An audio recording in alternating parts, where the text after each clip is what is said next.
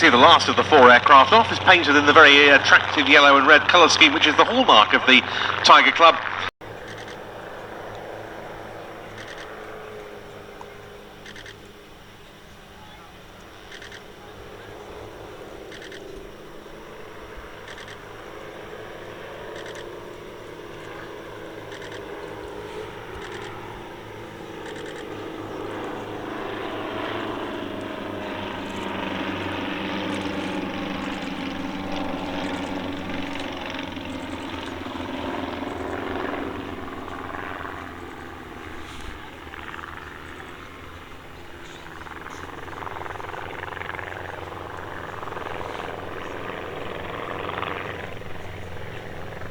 So we see them start in box formation, going into a first 360-degree turn in front of us.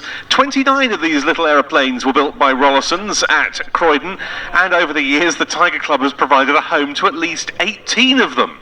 And they don't just display in Britain, because they've, in very intrepid fashion, taken this routine abroad. They've been regular visitors to some of the biggest air shows in France, for example, where they're just as well received as they are over here.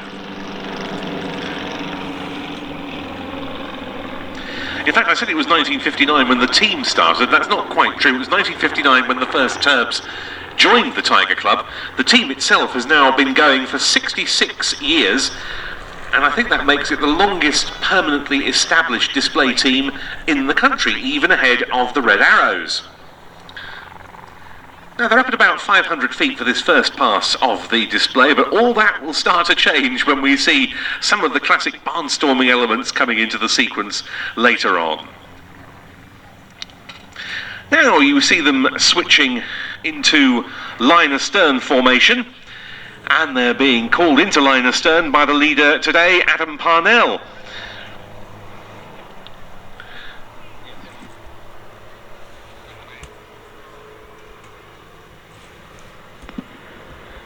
He joined the Tiger Club when it was based at Headcorn. He achieved a long-held ambition when he soloed the de Havilland Tiger Moth with the club, and that led on to flying and displaying the Turbulent, and he now, alongside his regular office job, flies out of all sorts of small farm strips in Kent and provides instruction himself.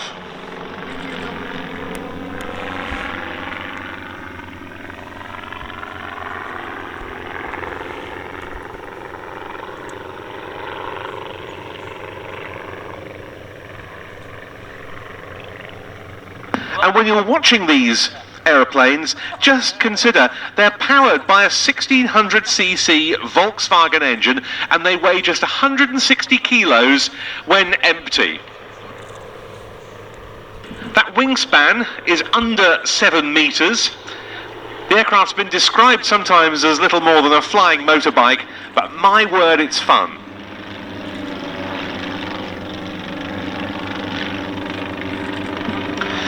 Flying behind Adam today is one of the most experienced members of the team, Richard Meredith, a retired teacher who's got some 4,000 flying hours on different tailwheel-equipped aircraft.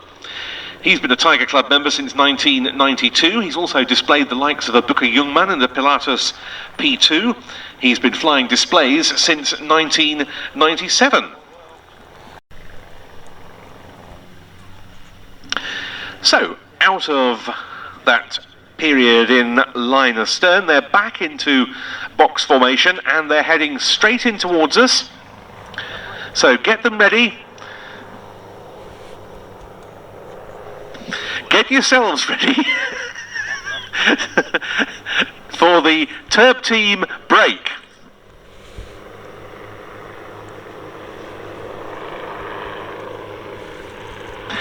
The wingmen break away, and then the other two. Very nice indeed.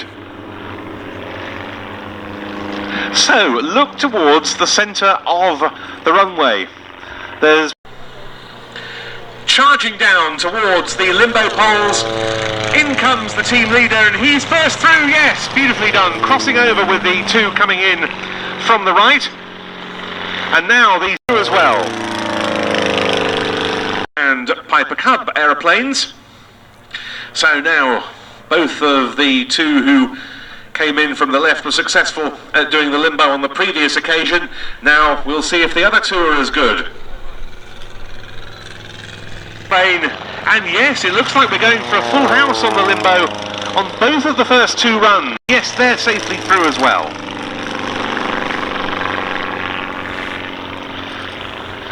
The fourth member of the team of communications technology, but he also teaches competition aerobatics in a pit special and an extra 330, and he instructs in a North American Harvard. So can we make it a completely successful Limbo session? The team leader through. The silver aeroplane through.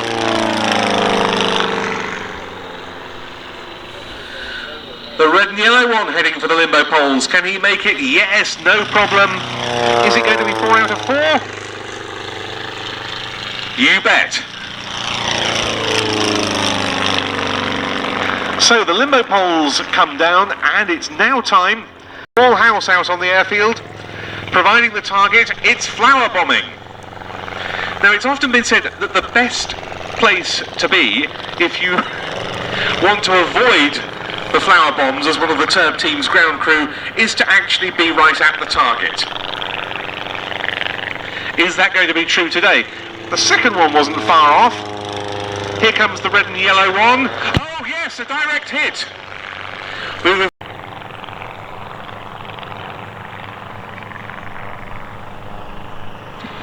So can the team leader determine the optimum release point? No.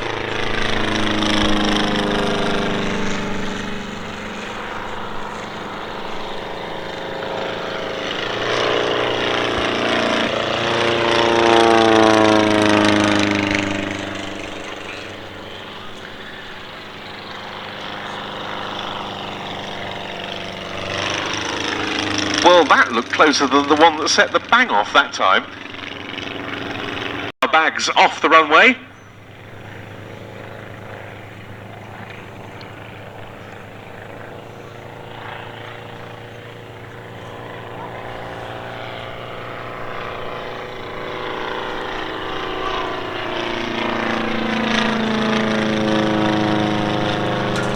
And so it's into the balloon.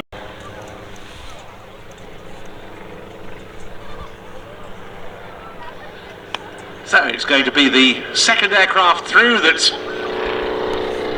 aiming with great precision for the balloon, and not quite, but close. We see the balloon turning around in the slipstream from the aeroplane, having to climb quite aggressively. Well done. The first balloon's well out of sight. Bit of a lower level attack profile this time.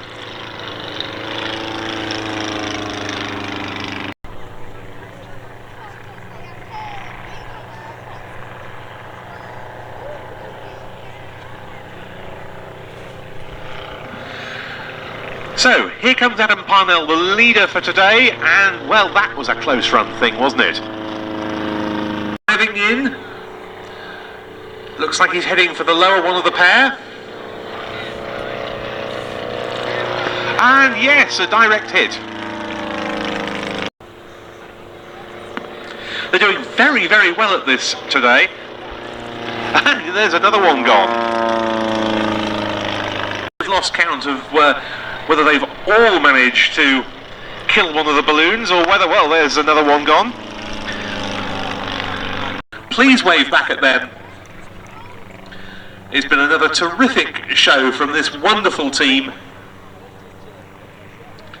An aeroplane that gives a great smile to the faces of everyone who flies them. And here they come through for the last time.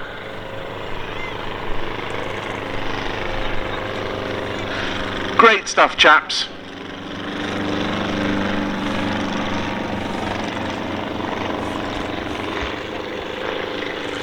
And well done to the ground crew as well as they walk in, putting themselves in the firing line once again.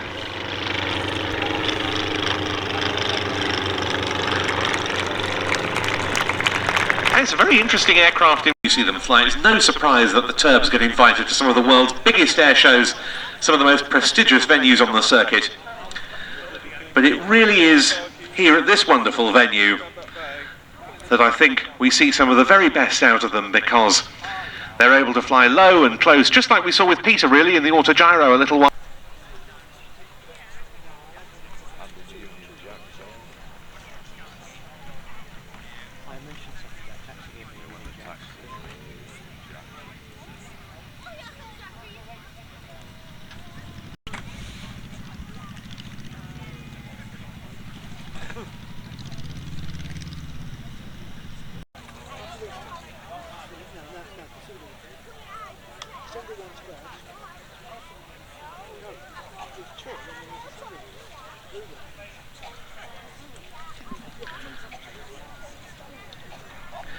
All the Turbs then back on the ground, flown by Dave Brothers, by Richard Meredith, by Dave Hall, and a special mention of the team leader Adam Parnell, because this was his first display as leader of the Turb team. A very experienced formation member, but he's newly graduated to lead.